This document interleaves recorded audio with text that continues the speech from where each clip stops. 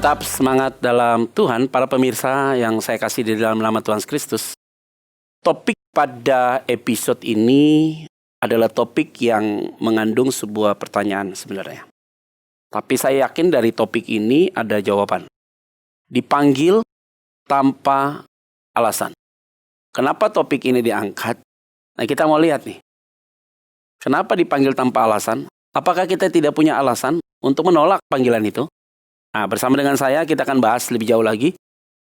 Anak Tuhan, masih muda, energik, dan dipanggil Tuhan melayani Tuhan secara khusus. Dio, luar biasa ya. Puji Tuhan. Tetap semangat ya. Semangat. Kita akan bicara lebih jauh lagi yuk. Saya juga akan mau tanya lebih banyak tentang pengalaman kamu ya, supaya pemirsa juga diberkati. Dan kita berdoa dulu. Baik. Bapa, diberkatilah pembicaraan kami, dan kami yakin bahwa topik ini menjadi topik yang memberikan sebuah pencerahan bagi setiap pemirsa, sehingga ketika kami membahas topik ini dengan disertai pengalaman-pengalaman, kami yakin dan percaya para pemirsa pasti diberkati Tuhan. Engkau yang ada di dalam pembicaraan kami ini ya Bapak. Di dalam nama Tuhan Kristus kami berdoa mengucap syukur. Amin. Oke yuk, kita harus ada dasar firman Tuhan ya yuk. Yesaya pasal yang ke-6 ini adalah panggilan Yesaya sebagai pelayan Tuhan ya. Yesaya mendapat panggilan dari Allah. Ayat yang ke-8 yuk. Dibaca. Yesaya pasal 6 ayat yang ke-8, demikianlah firman Tuhan. Lalu aku mendengar suara Tuhan berkata, siapakah yang akan kuutus? Dan siapakah yang mau pergi untuk aku? Maka sahutku, ini aku, utuslah aku. Sekali lagi yuk, ayat yang ke-8. Ayat yang ke-8, lalu aku mendengar suara Tuhan berkata, siapakah yang akan kuutus? Dan siapakah yang mau pergi untuk aku? Maka sahutku, ini aku, utuslah aku. Sebuah komitmen yang diputuskan oleh seorang Yesaya, pribadi Yesaya itu adalah keputusan yang bisa dikatakan tidak ada alasan lain, tidak ada alasan yang lain. Karena kalau kita runtut dari cerita di atas, sebenarnya konteks ini dia sedang mempertimbangkan sih sebenarnya. Terus ada serafin ada di situ, dan kemudian dia celakalah aku binasa sebab aku ini seorang yang najis bibir, dan aku tinggal di tengah-tengah bangsa yang najis bibir, begitu loh. Jadi ada sebuah pengakuan dulu sih di depan. Dan setelah ada pengakuan di depan itu karena serafim itu luar biasa, dan dia rasakan ada sinar yang gemilau itu, dan akhirnya dia ada sebuah pengakuan yang tegas. Dan baru dia bilang, aku mendengar suara itu, dan kemudian ini aku, utuslah aku. Kata ini aku, utuslah aku tidak mungkin dapat keluar dari seorang Yesaya tanpa mengalami Tuhan. Jadi kalau tadi tema kita dipanggil tanpa alasan, maka sebenarnya Tuhan memanggil kita nggak usah pakai alasan yang lain gitu loh. Ya. Nah, setiap orang selalu punya alasan aja. Mau melayani Tuhan, ya alasannya inilah, alasan ini. Sebenarnya kalau orang melayani Tuhan dengan terlalu banyak alasan, sudah pasti nih orang belum mengalami Tuhan. Tapi kalau orang yang melayani Tuhan tidak ada alasan lain selain, oke, gue do something lah. Melakukan sesuatu tentang hal itu, saya rasa orang ini adalah orang yang sudah mengalami Tuhan. Sehingga Yesaya tegas, ini aku, utuslah aku. Nah oke, Dio, luar biasa. Usia masih 20 berapa bro? 25. 25 dan kemudian sekarang sudah full time melayani. Iya. Background kamu lulusan dari salah satu university? Ya. Di Amerika? Di Amerika. California ya? California. Dan menyelesaikan 4 tahun, S1 ya? S1 4 tahun. Majornya apa? Bioteknologi. Bioteknologi. Ya. Dan kemudian sekarang jadi pelayan Tuhan. Jadi pelayan Tuhan. Nggak ada hubungannya sih bos sebenarnya. Nggak ada hubungannya. Tapi sebenarnya ada juga sih. Karena tanaman ya bertumbuh ya. Jadi yang dilayani juga manusia yang terus bertumbuh nih sebenarnya. Benar. Kalau lihat dicari, ada yang ketemu juga sih. Di fase-fase bisa ketemu gitu loh. Mempelajari fase bertumbuh tanaman dan juga manusia gitu. Oh iya, dalam fase rohani tapi ya. Iya, sekarang fase rohaninya. Waduh, yuk nggak wasting time, wasting money. Dengan sekolah kamu yang sudah kamu lewati fase itu. Awalnya mungkin kita pikir juga orang tua pikir itu wasting time, wasting money ya. Maksudnya sudah jauh-jauh merantau gitu dari Indonesia ke Amerika juga dengan biaya yang tidak sedikit, walaupun dengan pertolongan Tuhan dapat beasiswa gitu. Tapi setelah kita jalani setelah 4 tahun, 5 tahun, dan sekarang sudah masuk ke tahun ke-8, kita ngelihat tidak wasting time dan juga tidak wasting money. Kalau dilihat dari bagaimana Tuhan menuntun tahun per tahun. Oke, Gitu. kenapa bisa begitu? Gini, saya mulai dari firman Tuhan ya. Saya teringat sekali satu ayat yang waktu itu yang saya baca berkali-kali di Amerika, waktu saya masih di Amerika, waktu saya masih kuliah. Saya baca berkali-kali ayat ini di Filipi. Itu ketika Paulus berkata, segala sesuatu kau anggap sampah, bahkan segala sesuatu Filipi pasal kau yang ketiga, anggap rugi. Filipi pasal yang ketiga. Karena pengenalanku pada Kristus Yesus. Lalu saya berpikir, kok bisa seorang Paulus yang menurut dia ini kan orang Israel tulen. Ya. Di bawah Gamaliel. Ya. Keturunan asli Israel. Memiliki prestis. Salah satu orang Farisi. Berarti kan Tahu terkemuka. Taurat. Ya. Tahu Taurat semua. Tapi dia bisa bilang segala sesuatu kuanggap sampah dan kuanggap rugi. Nah, ternyata rema itu juga saya hidupi dalam kehidupan saya saat itu. Seakan-akan Tuhan berbicara kepada saya, segala sesuatu yang saya pelajari ketika saya mengenal Tuhan, seperti perasaan, semua gelar ini, GPA saya, pengalaman saya bekerja di sana, hidup yang enak. Kalau kita boleh bandingin Amerika dan Indo, mungkin enakan Amerika, nggak macet, gitu kan, internet serba cepat, udara enak. Kok saya bisa bilang segala sesuatu kuanggap sampah, segala sesuatu kuanggap rugi? Karena apa? Karena ya seperti Yesaya, pengenalan dengan Kristus, pengenalan dengan Yesus. Berdasarkan itu saya bisa bilang, ini nggak wasting money. Pasti ada maksud Tuhan. Kenapa saya diizinkan mesti merantau dulu di Amerika, bertemu Tuhan secara sungguh-sungguh di sana, melayani secara sungguh-sungguh, lalu kok saya balik ke Indonesia lagi? Begitu. Yuk, dalam kondisi-kondisi seperti itu, dan tadi kita bilang bahwa tidak menjadi membuang uang dan membuang waktu karena ada sebuah pengalaman kamu dengan Tuhan lewat pembacaan firman Tuhan dalam Filipi pasal yang ketiga itu. Tetapi yang saya mau pertajam sebenarnya, kan saya udah tadi tanya-tanya sama kamu juga. Ada juga momen di saat kamu ambil studi itu kamu juga mau ambil sekolah teologi ya di sana ya? Iya. Ada ya? Ada. Terus itu gitu ya? Ada. Kenapa hal itu bisa terjadi? Jadi di sana saya kuliah ya layaknya orang kuliah juga di mana-mana ya. Lalu hari Jumat sampai Minggu itu saya pelayanan. Gitu. Jadi hidup saya itu di sana itu kuliah dan pelayanan. Begitu. Nah, sembari saya pelayanan di gereja saya di sana, itu saya hati untuk melayani itu lebih besar ketimbang hati untuk melanjutkan studi khususnya Master Science di bioteknologi. Karena kalau bidang bioteknologi itu S1 belum ada apa-apa. Gitu. Menurut profesor saya S1 sudah umum. Kalau kau mau benar-benar bagus di bioteknologi, lanjut sampai S3. Lalu saya menghitung-hitung waktu di situ. Saya berpikir sama Tuhan, kalau saya mesti lanjut sampai S3 bioteknologi, begitu lamanya tesis dan skripsi dan menemukan penemuan yang baru. Mendingan saya bilang ke Tuhan, saya ambil teologi, saya bilang. Bahkan di saat-saat seperti itu, saya sempat bingung tuh Pak. Saya sempat bingung untuk mau lanjut S1 bioteknologi pada semester 4 apa tidak. Saat itu saya telepon orang tua saya di Jakarta. Gitu, saya bilang, Pi, saya berdoa kok saya kayak pengen pindah ke teologi. Kenapa? Orang tua saya nanya, kayaknya Tuhan panggil saya untuk saya menggumuli teologi. Saya bilang, gereja juga butuh orang yang bukan orang buangan. Saya bilang gereja juga butuh orang yang capable, orang yang mampu, yang qualified buat memperjuangkan dunia pergerejaan. Bukan hanya dunia bisnis yang butuh orang pinter, dunia gereja pun butuh orang yang qualified. Saya bilang, saya mau lanjut teologi. Tapi saat itu orang tua bilang, jangan dulu.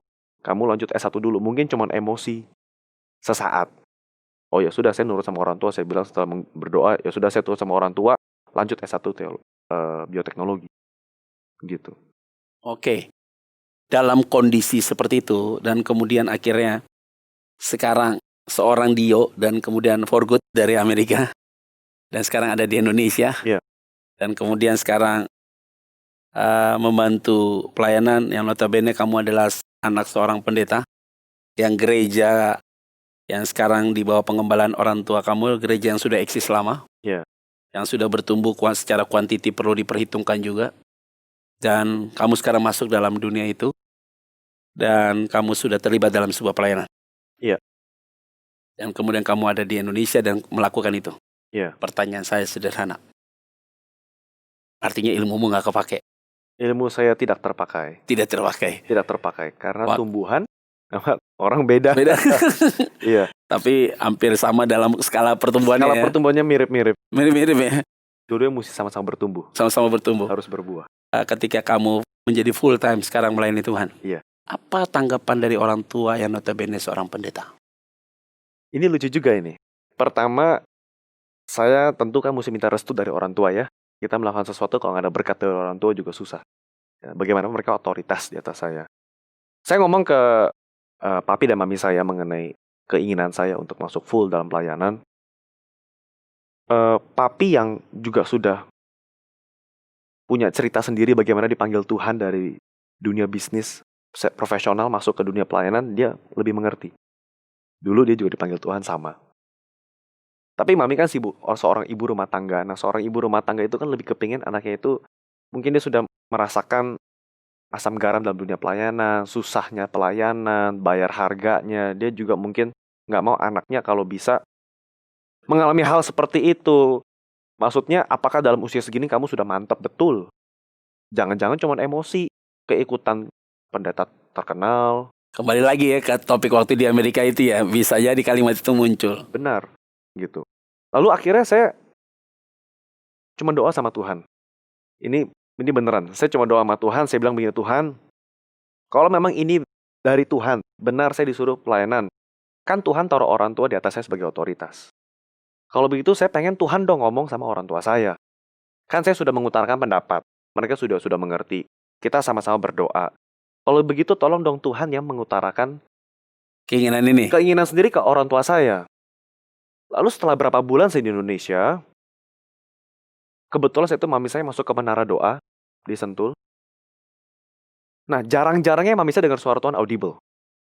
Lumayan jarang. Biasanya mami saya dapat suara Tuhan dari mimpi. Saat itu dia dengar suara Tuhan audible dari menara doa. Berkata 3 kali spesifik. Nama ibu saya Connie. Bilang begini, Connie, saya ingin anak kamu Dio. Diulangin lagi tuh. Connie, saya ingin anak kamu Dio. Mami saya pikir saya mau mati. Kayak Ishak. Oh iya, oke.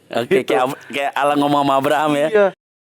Lalu ngomong ke ayah saya, ke papi saya. Wah, enggak lah, masa Tuhan kita minta anak kita mati. Maksudnya mungkin Tuhan minta dikuduskan anak kita itu untuk diserahkan sama Tuhan, untuk masuk pelayanan. Mami saya doa, bertanya maksudnya suara itu apa gitu. Lalu mami saya dapat satu damai sejahtera. Ya ini kayaknya anak kita ini memang Tuhan panggil. Nah kan kita punya gembala pembina. Aniko. Dengan Tante Hermin. Mereka juga pun di bawah otoritas Paniko dan Tante Hermin. Ya sudah Dio, karena ini gereja gembala pembina Paniko, kamu juga lapor ke mereka, ke beliau. Tanya. Kita ketemu. Saya ngomong, Om, saya mau masuk full time. Lalu Paniko, lah, kamu ini kan jurusannya ini bioteknologi. Gak nyambung toh. Saya bilang iya, cuman saya terpanggil. Lalu dia cuman senyum, dia suruh ngomong sama istrinya Tante Hermin. Nah yaudah saya gak tahu apa-apa tuh, saya ngomong ke Tante Hermin, istrinya, nah juga beliau, dia berkata begini, Dio, saya ini ngelihat kamu dari dulu juga, tampaknya kamu dipanggil jadi gembala. Nah saat itu, mami saya plong. Karena istilahnya gembala pembina yang sekaligus otoritas di atas orang tua saya, dia juga mengatakan hal yang sama. Begitu. Jadi saat itu mami saya damai sejahtera, tapi saya pun lebih lega. Ini konfirmasi artinya. Konfirmasi. Zaman PL, Allah selalu berbicara langsung kepada umatnya lewat langsung ya, audible. Iya. Tetapi juga ada lewat malaikat atau lewat rupa-rupa yang lain. The other form. Bisa lewat semak berduri dan segala macam. Dalam konteks PB, Perjanjian Baru, Allah datang sebagai manusia untuk tinggal bersama dengan kita memberikan sebuah pengajaran-pengajaran hidup yang luar biasa Yesus. Nilai-nilainya itu menjadi nilai-nilai yang kita pegang sampai hari ini sebagai nilai Kristen yang kuat. Itulah di situ letak iman Kristen yang makin bertumbuh. Nilai-nilai di situ dipanggil, terpilih, terus kemudian sangkal diri, pikul salib, dan segala macam. Nah, setelah Yesus terangkat ke surga, Roh Kudus diberikan.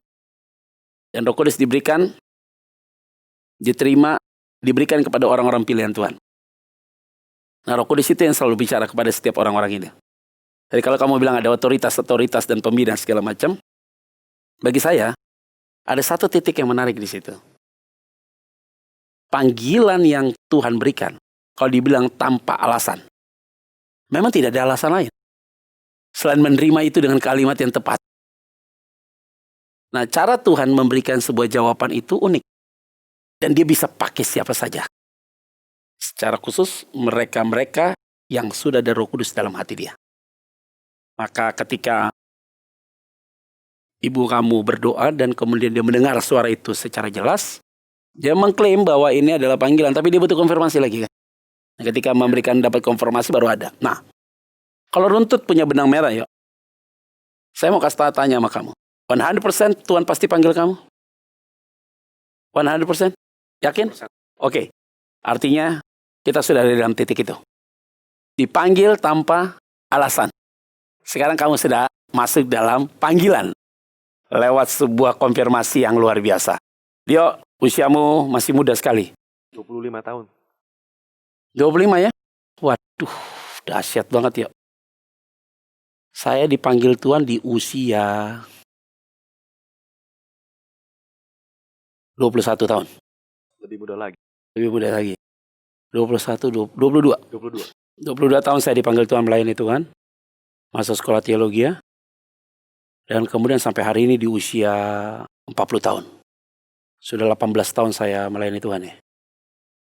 Artinya saya bergulat dalam sebuah pelayanan itu yang panjang itu. Hari ini saya mau bilang bahwa melayani Tuhan itu indah banget, bos. Melayani Tuhan itu indah. Melayani Tuhan itu membuat kita semakin mencintai Dia. Lebih kuat lagi ya. Dan bukan hanya sampai di situ, sebenarnya ada sebuah komitmen yang tegas dari pribadi untuk meyakini, tadi makanya saya tanya sama kamu, bahwa panggilan ini bukan panggilan emosional. Iya. Tapi panggilan berdasarkan sebuah konfirmasi yang jelas. Yuk, sekarang lagi ambil S2 kan? Ambil S2. Untuk program teologi dan kemudian sekarang kamu pegang membantu full time di gereja. Sekarang saya mau tanya, enjoy? Melihat semua hiruk pikuk pelayanan? Ada capeknya, ada sukanya, ada dukanya, tetapi saya enjoy. Ada dinamika pelayanannya juga. Dinamika pelayanannya naik turunnya. Dan lihat orang-orang di sekitar situ unik-unik. Karakter masing-masing. Dan unik banget, bos. Unik banget. Pelayanan itu unik banget. Banyak orang punya ekspektasi yang luar biasa dengan pelayanannya. Tapi ternyata harapan itu bisa tidak menjadi kenyataan. Ketika kita lihat kok ada orang-orang yang begini gitu loh. Yeah. Tapi sebenarnya itu lagi diuji kematangan sih. Saya waktu sekolah teologi begitu. Saya pikir sekolah teologi malaikat semua nih. Pas saya masuk, malaikat menyamar setan lo semua lo. Karena di luar dari ekspektasi saya kan. Yeah. Lihat kakak kelas kok modelnya kayak begitu. Kok lihat kakak kelas bisa modelnya kayak begini. Kata-katanya kok kasar, menyakiti segala macam. Tapi saya bilang inilah cara Tuhan membentuk saya. Yeah. Melihat sebuah kenyataan yang luar biasa. Dari sekian banyak angkatan saya masuk, yang lulus hanya sekian belas orang aja begitu loh. Yeah. Yang setia melayani nggak tahu tinggal berapa lagi gitu loh. Dan menurut saya, pelayanan Tuhan itu tidak bisa kita lihat semuanya jadi baik kok. Pasti ada liku-likunya, ada juga masalah, ada pergumulan. Tapi disitulah kematangan kita dalam ikut Tuhan sebenarnya. Semakin kita melewati fase itu, semakin kita tahu, ini matang kita. Kalau udah matang begitu, kita melihat masalah itu jadinya tidak kerdil lagi. Gitu. Yuk, oke. Sekarang kamu pegang satu komunitas atau gereja, yang di salah satu bilangan, satu tempat gitu ya, karena sebagai cabang ya, dan kemudian itu lebih kepada dewasa muda ya. Iya. Dan kemudian kamu mengembalakan itu di usia yang sekarang ada dalam begini, apa yang menjadi tantanganmu? Tantangan terberat adalah pendapat orang ya. Mengenai credibility saya, mengenai juga ekspektasi orang Oke. gitu ya. Mungkin mereka berharap seorang gembala itu seumur Pak Petra umur 40 ketika mereka datang ke gereja dan mereka menemukan mana gembalanya ini. Ini yang anak muda ini 25 tahun ini. Iya. Begitu. Itu salah satu tantangan. Tapi ini ya, kalau kita mau baca di Alkitab, sebenarnya usia gue nih usia uzur. Begitu. Yes. 40. Lo bayangin aja. Di Alkitab tuh umur 13 tahun Daud dipanggil sebagai raja. Yusuf 17 tahun. Kalau kita mau lihat lagi Yosia tuh 8 tahun apa di bawah 10 tahun tuh. Lewat sebuah pelayanan dan kemudian dia melihat satu karya-karya yang ajaib. Di usia 30 tahun tuh udah di usia yang dianggap sudah jadul punya, bos. Usia 40-50 tahun nih kayak saya begini nih, 40 tahun, aduh. Udah gak ada hitungannya lagi di situ tuh posisinya. Orang udah usia, orang gini pikir, udah deh, ini kadang-kadang gini ya di gereja. Saya kan dulu waktu pelayanan juga orang nganggap sebelah mata, yo. Oh masih muda nih, anak baru kemarin sore. Gitu loh bahasanya loh. Tapi kan itu juga pernah terjadi oleh Timotius kan. Terus Paulus bilang apa? Ya udah, lu gak usah takut, kamu masih muda. Jadilah teladan dalam perilakumu, seluruh hidupmu. Artinya bicara tentang integritas, karakternya dong. Ada di situ. Maka saya bilang gini, orang berkarisma belum tentu punya karakter. Tapi orang berkarakter pasti karisma mengikuti. Orang berkarisma ditunjang dengan sebuah posisi jabatan dan apa yang dia miliki. Tapi orang yang berkarakter, itu kalau dia bicara mempengaruhi orang banyak. Tidak tumat sih, dia bicaranya santai, tetapi dia bisa masuk ke dalam pribadi itu. Nah waktu saya masuk di dalam dunia pelayanan, mungkin dikatakan saya masih muda sekali di usia 34, 32. Dan saya sudah ada di posisi S2 gitu ya. Dan kemudian, kayaknya saya ketemu sama orang-orang udah 45-50 tahun. Kayak kita dilihat sebelah mata begitu loh. Tapi ketika ada di mimbar, saya ngomong tegas. Ngomong tegas apa adanya, disitulah baru kita kelihatan loh, ya kan? Apa yang kita ngomong itu yang kita lakukan. Memang penerimaan orang itu tidak mudah memang. Tidak mudah. Tapi sekarang, kita lewat sebuah fase itu kan. Bagi saya tidak ada yang mengecilkan kita sih. Yang paling penting adalah ini dia karakter nih. Karena karisma itu akan ngikut, nanti akan nempel. Dengan orang yang memiliki karakter yang kuat. Iya. Nah yuk. Kalau ada peristiwa-peristiwa gitu ya sebenarnya banyak orang yang ekspektasi dan segala macam. Karena ada contoh yang di atas sudah lebih tua. Iya. Nah di usia kamu ini harusnya lagi ngecun, inovatif, kreativitas, terus kemudian juang segala macam. Saya yakin 2-3 tahun ke depan sih running, bos. Saya yakin 2-3 tahun ke depan lagi. Saya selalu berdoa begini, yuk. Lewat program ini ya. Nanti kelak saya di usia 50 tahun gitu. Saya mau lihat anak-anak usia 30 tahun itu ada di mimbar khotbah dengan luar biasa diurapi Tuhan. Amin. Saya juga pengen melihat seperti itu. Itu. Jadi sekarang orang lihat kalau di mimbar 50 tahun karena dia lebih banyak pengalaman. Bukan itu sih. Banyak orang yang usia 50 tahun tapi perilaku kayak usia 20 tahun. Saya tidak lihat berapa tua usianya dia. Tetapi yang paling penting adalah berapa intens dia punya pergaulan intim dengan Tuhan. Itu penting. Iya. Usia makin bertambah belum tentu punya pergaulan intim dengan Tuhan. Iya. Tapi orang yang usianya muda, dia intens sekali bergaul erat dengan Tuhan. Ada wibawa dari Tuhan. Benar. Ada urapan, ada power, ada luar biasa. Nah sering sekali pendeta-pendeta senior melihat kita yang muda ini, aduh, lihat sebelah mata, bos. Iya. Saya gak mau pusing tentang hal itu. Kamu punya partnya sendiri, saya punya partnya sendiri. Bagi saya Tuhan yang kita layani sama. Anointing diberikan oleh Tuhan. Dan kita tidak punya tendensi sedikit pun untuk apapun juga. Banyak kekuatan buat lo. Iya. Tuhannya sama. Anointing itu diberikan berdasarkan kemauan Tuhan kepada setiap pribadi masing-masing. Wisdom dan understanding pasti mengikut bagi orang yang melekat. Pasti. Nah yuk, kalau udah tahu begitu ya yuk. Ini spirit yang kamu harus sampaikan di pemirsa nih. Bahwa kamu harus ada rasa optimis bahwa Tuhan akan memperlengkapi kamu. Amin gak, bos? Amin. Oke, sekarang apa yang sedang lagi dikerjakan ke depan ini? Yang lagi sedang dikerjakan ke depan. Dari gereja. Iya. Ya. Tentang pelayanan. Tentang pelayanan ya. Saya itu membawahi di bidang remaja. Oke. Ya, teen service ya. Untuk seumur 12 sampai 18 tahun. Dan juga untuk dewasa muda. Yang di satu cabang itu. Yang di Taman Anggrek ya? Taman Anggrek. Iya. Itu rata-rata usia 25, usia produktif. Baru selesai kuliah, mau cari kerja, pacaran, mau nikah, yang sudah menikah, keluarga muda di bawah 5 tahun pernikahannya. Oke. Begitu. Nah, jadi yang saya ngelihat dari generasi ini adalah mereka kehilangan satu figur. Mereka kehilangan satu role model yang bisa mereka lihat dan mereka bisa ikuti. Saya tergelitik dengan kata-kata Paulus kepada Timotius. Paulus bisa dengan berani berkata, kamu ikutilah aku, Cara hidupku, cara hidupku, cara pandanganku, cara pandanganku, dan pengajaranku. pengajaranku, Ya, sebagaimana aku mengikuti Kristus. yes. Begitu. Dan saya nggak menemukan banyak orang di gereja yang sudah berkutat lama, yang tadi Bapak bilang itu sampai 50 tahun, yang berani berkata seperti itu. Ya mereka masih ada di padang gurun. Iya. Padahal kalau saya boleh lihat, pengalaman rohani mereka lebih baik daripada saya. Sudah berpuluh-puluh tahun. Sudah ada suka duka, asam garam, lika-liku pelayanan, mereka sudah mengerti, bergumul dengan Tuhan. Tapi ketika kita menemukan orang yang bisa berkata, kamu ikuti saya sebagaimana saya mengikuti Kristus, itu tidak ada. Saya berpikir mungkin tanggung jawab terlalu berat, sampai bisa ngomong seperti itu. Lalu saya berkata sama Tuhan, Tuhan, kalau saya diizinkan dengan kasih karunia Tuhan, dalam keterbatasan karakter saya juga, saya ingin berkata seperti itu kepada anak-anak di bawah saya. Jadi salah satu program yang kita lakukan sekarang, itu mungkin kedengarannya klise nih. Cuman saya percaya kayak orang main tenis. Orang kalau main tenis itu atlet kalau mau bagus, itu dia ngayunnya terus-terus aja.